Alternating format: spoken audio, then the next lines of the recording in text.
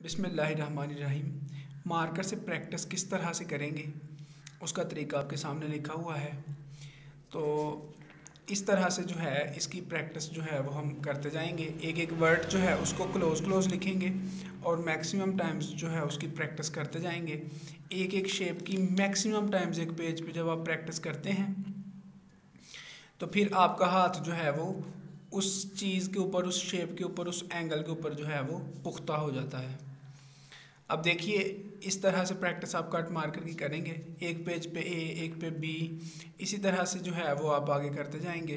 अब ये देखते जाइए प्रैक्टिस इस तरह से जो है वो प्रैक्टिस की जाती है कट मार्कर के साथ।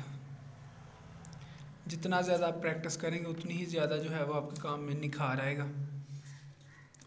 अपनी मशक जो है उसको बढ़ाएं।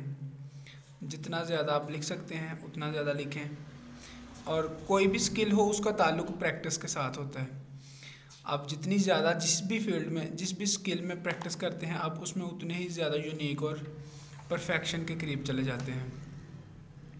तो प्रैक्टिस जो है ये करने से हैंड राइटिंग जो है ये आपकी पुख्ता होगी। यहाँ तक जो है ये देखें। तो इस तरह से जो है एक एक वर्ड को ऊपर लिख के आप मार्जिन के साथ उसके बाद फुल पेज पे प्रैक्टिस करते हैं।